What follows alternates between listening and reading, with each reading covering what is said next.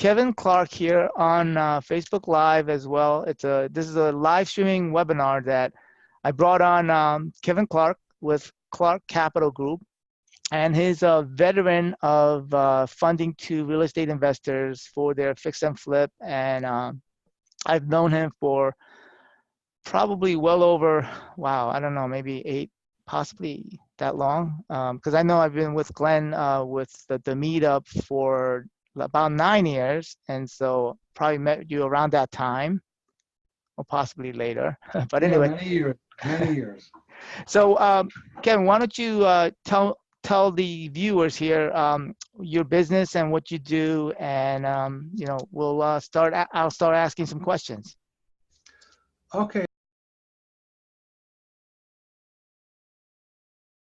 Well, great. Thanks for having me, Paul. I really appreciate it. And I'm Kevin Clark. They call me Mr. Hard Money, by the way. Yes. I've been in the business for so long that I got that nickname. But basically, I'm funding real estate investors who do the fix and flips. We lend to their LLC, and then it's secured by the property that they're flipping. So that's been a core of my business for many years now.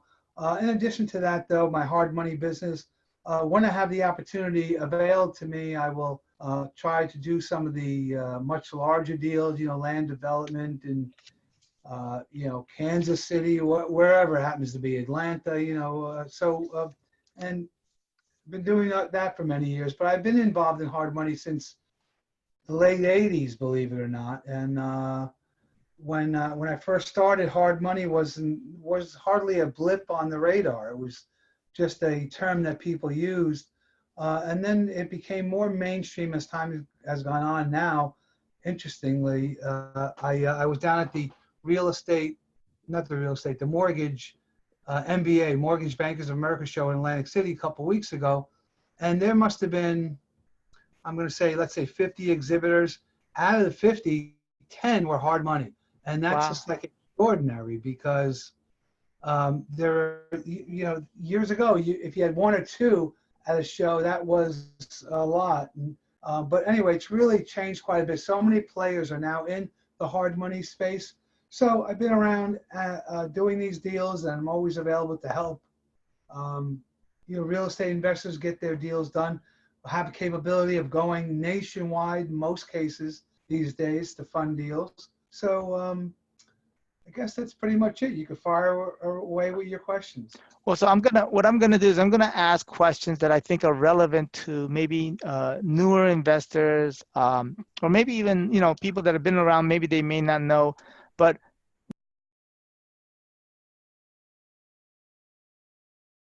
what is the difference? There is, I believe, like a difference between a broker and a direct lender, like can you kind of explain the difference between the two, and where your role is in terms of this lending space? Sure, good question. I am a broker. I have been for all this time, for many years. And to me, my personal opinion, brokers are better. Why? Because we are able to, we know what's out there. We know who's doing what and what their specialty is. Otherwise, if you're going to go direct to a lender, you're going to need to know what their product is, and you're going to need to know their pricing, and they may not be the best for you. You may be able to get better pricing. You may be able to leverage higher with a different hard money lender.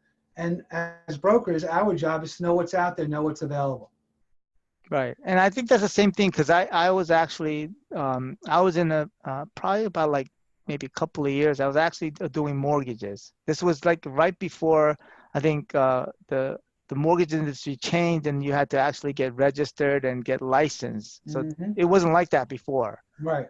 And so I worked as a broker, and so you had the ability to go to different sources to get the financing. And so I totally understand that. And so I just wanted to make it clear, I guess, with new people that are watching.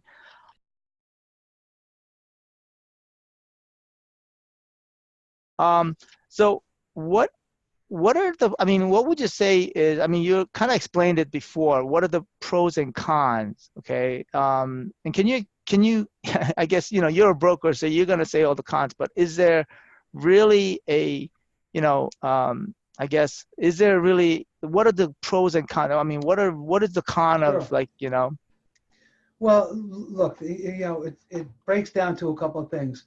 To use a hard money loan, I put it to people this way. If you can go to the bank to get a loan for your flip, go to the bank and get a loan for your flip. Don't come to me. Don't go to anybody else. Don't waste your time. If you have your own money available, you have right, a couple of $1,000,000, a few $100,000 in the bank, whatever, use your money. If you have friends and family that you can tap to get the money for your deal, do that as well. Most people don't have all of those three things available. So gotcha, what's the other option? The other option is to come to a hard money lender that is specifically geared, their lending parameters are specifically geared towards lending you, the fix and flipper, the money. We know your business, we know what you're doing, we know how to analyze the deal, which, by the way, helps the borrower because you don't want to get into a bad deal either. So we're like a second set of eyes on funding you. So some of the other fast funding, we can close pretty quickly. As I say to borrowers, as long as you're cooperative with the paperwork, we may be able to fund you in 2 weeks or less in some cases. right, So it's fast funding. Second set of eyes. Yeah, I'm looking at my notes here. We also will provide you. We know what you need. So you need a proof of funds. Most of us will offer you a proof of funds letter at any time. So that you can shore up your deal, and it doesn't go to somebody else. So those are some of the pros to hard money lending. well, this is a question I actually, this is something that I want to know because, as a person that's getting, one of the things, I guess, when, let's say you're a home buyer and you're looking for a mortgage, you go to different brokers and then they're going to start hitting you with, like, your credit score, right? And that's one of the things Yeah. that I remember. But then as a hard money, when you're looking for hard money or, your fix and flip, because you have access to a wide variety of different sources. The question is, do they typically require a high, do they look at your credit score? What do they look at more, the Yes. credit score or the asset? The Yes. transaction? And they look at your credit score. Just let me circle back to something you said. You said about residential, and they pull your credit and all that. So we don't do any residential loans. We only do business loans and real estate secure. If we make our loan to an LLC, which is your LLC, secured by the property, then it's a business loan. So it could be Gotcha. secured by a 1 to 4 family. It could be secured by a commercial property. But we only make business loans. So that's where we're not in the consumer loan business. Anyway, Gotcha. but yes, we still need to see your credit and have it in the file. Now, look, there are some hard money lenders, and I'll explain more when I say hard money. I'll explain that more later because there is a difference. Some of them want to pull your credit because they just want to see your habits. If you want to do a fix and flip and they pull your credit and you have a dozen lates to mortgage companies over the years, they're going to be like, oh, what's going on? What happened? Gotcha. Why are you late? I've done deals where the FICO score is as low as 600. So those deals are out there. You can get those deals. That'll be more expensive. So, but we will look at your credit. You can supply us your credit report. That may suffice. I would talk to the underwriter and see if he'll accept that.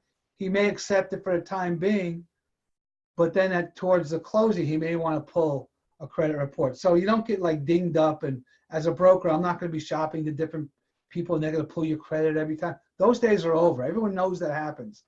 If that happens today, you were the wrong person, But, Right. but you don't want that to happen. They don't know what they're doing anyway. So that's how we handle that. Gotcha. All right.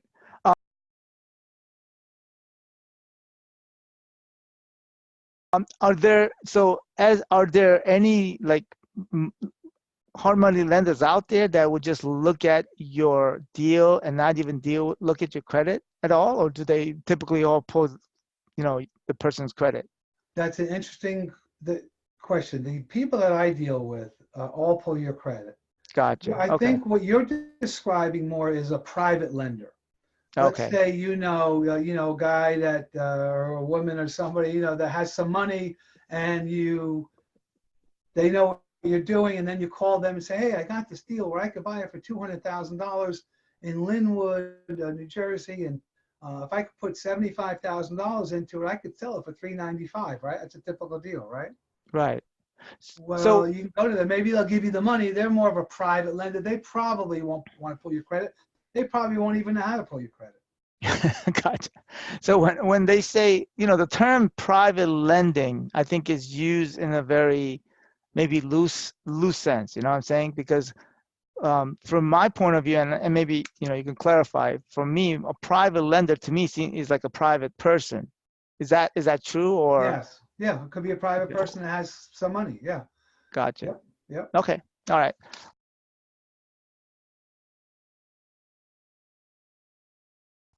Let's go over some questions. Sure. As a real estate investor, there's also what's called wholesaling. So do you get into that where like transactional or wholesaling or double closing, if you're familiar with the terminology? Right. So as a real estate investor, wholesaling is finding a property, putting it on the contract, and then flipping or assigning your contract to somebody else. So there's really no money involved there, right? So no, I don't really get involved with that. There will be times where I will be able to help a wholesaler with a proof of funds if they need it. Sometimes they will need that. But most of the time, a wholesaler does not need a hard money lender. Okay. Then what? So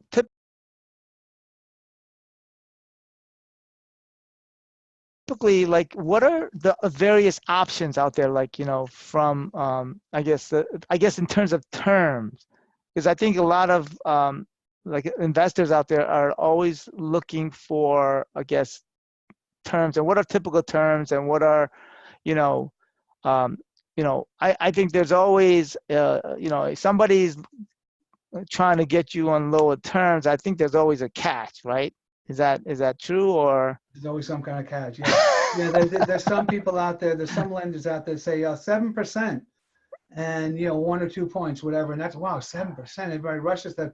They don't tell you, well, they tell you, but you don't know until later on, till you're in deep with them, that it's for 9 months and not 12 months. Gotcha. So the other 3 months, if you don't finish in 9 months, the other 3 months, they're going to charge you another 3%. So before you know, you're up to 10, 11%. That's sort of some of the things that are out there, but that's also some of the pricing that's out there. Pricing lately has been in the single digits. There's so much downward compression on pricing, which is good for the real estate investor, by the way. Mm-hmm. And so much downward compression on pricing, and the pricing being offered by the hard money lender is now, as I said, in single digits, and it's really very competitive for you guys. Most of my lenders do interest-only loans with a balloon on the end. The balloons could be 1 year, 18 months typically. Okay. And maybe a point or two here and there. High points, those days are already gone as well. So that's Wait, say sort that of the again. pricing. Say that again. What'd you say about high points? High like points. So for instance, well, 3-4 years ago, I was quoting 12% and 4 points. Okay. Right. So not many lenders are doing a lot of points these days because they just can't. There's so much competition out there. Gotcha. Okay. And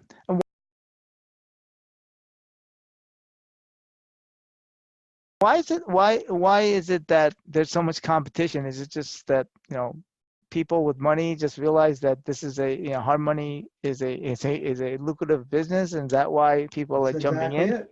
I said that for years. I said, where are all these Wall Street people from? I said for years in the 90s, say, where's all this Wall Street money? Come on, you Right. should be doing these deals.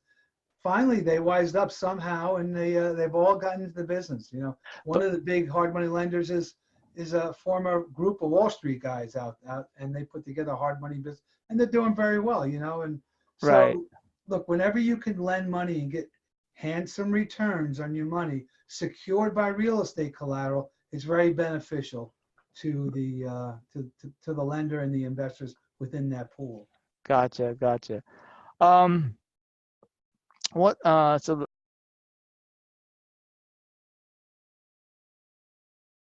let me see. How much does a new real estate investor need to finance a flip project? Because I'm sure you've seen a lot of, projects. So what is from a new investor or somebody, that needs to save up for a project, what do you think is a safe amount that they would need on a project? Is it a certain percentage? Is it a certain amount? Yep, yeah. There's a lot of erroneous information out there about real estate investing.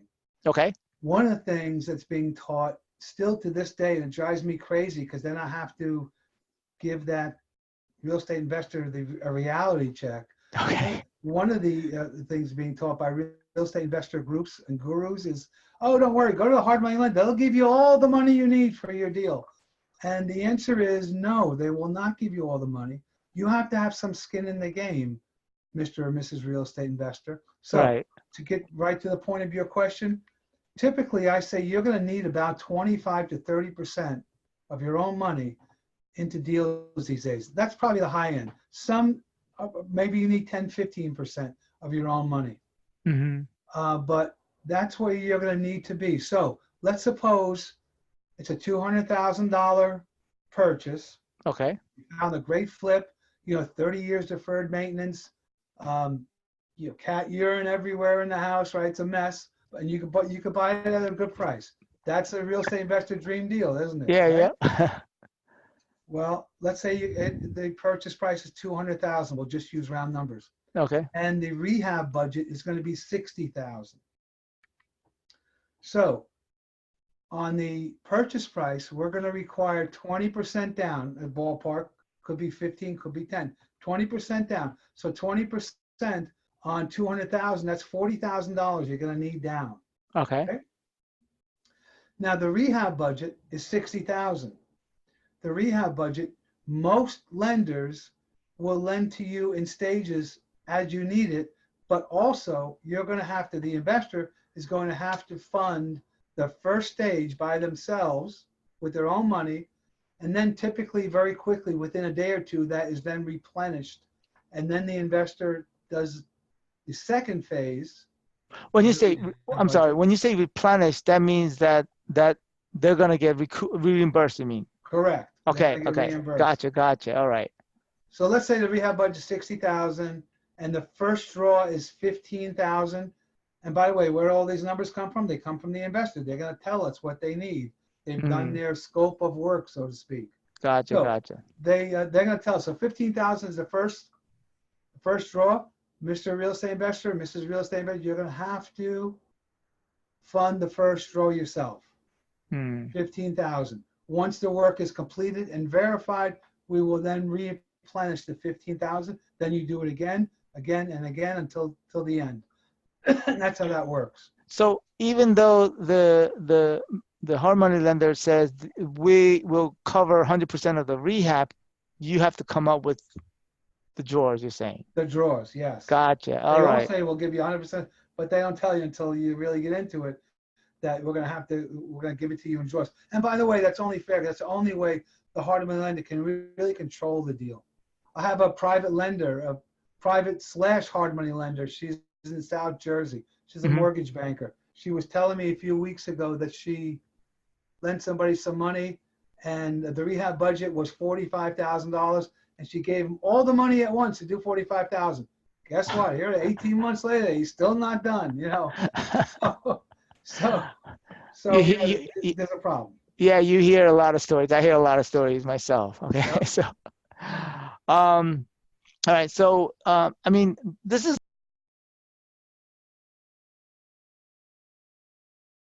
going to be an opinion question. Where do you see, because I think what happened in the previous crash, and what happened with a lot of, I remember there were some financial institutions that were hard money lenders and they went out of business. I don't know if you remember Brookview. I think Brookview used to be, I think, pretty, Sure.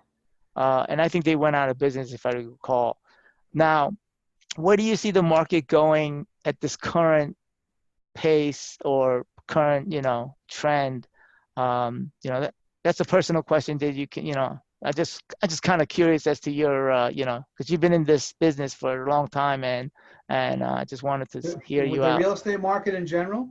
Yeah, just the real estate market and where, what should real estate investors that are actually, in this business or currently trying to get in, what steps or what do you think is going to happen and what do they have to watch out for? Well, real estate investors should know that these days the competition is really fierce. When I say competition is fierce, I mean for the right deal. Right? Gotcha. You have to find the right deal. And that's that house I described before, 30 years deferred maintenance with cat urine and so on. Those are the houses that you really want, right? But it's fierce to get those. So I also tell real estate investors that are new to the business, you can't become good at marketing. You have to become great at marketing to find your deals. Because if you don't find deals, you have nothing, right? Your business is over. You need deals. So you have to make sure that you find deals. Okay, so you have to become good. So where's the market going? I think it may be status quo for a while, but just recently I read something by an economist. His name is Harry S. Dent, D-E-N-T. Okay. And I know he's a bit pessimistic, but he's calling for greatest depression of our lifetime coming up in the next year or two. So who knows where it's gonna go? But he also says that if he's right, hang on to cash now because there'll be bargains for real estate investors coming up that you can't imagine Yeah, right now. I think whether the market going up or down, there's always opportunities, Yep. You just got to know how to adapt and adjust. Correct. Yeah. So let me see if there's any questions that are floating around. I don't see any questions, but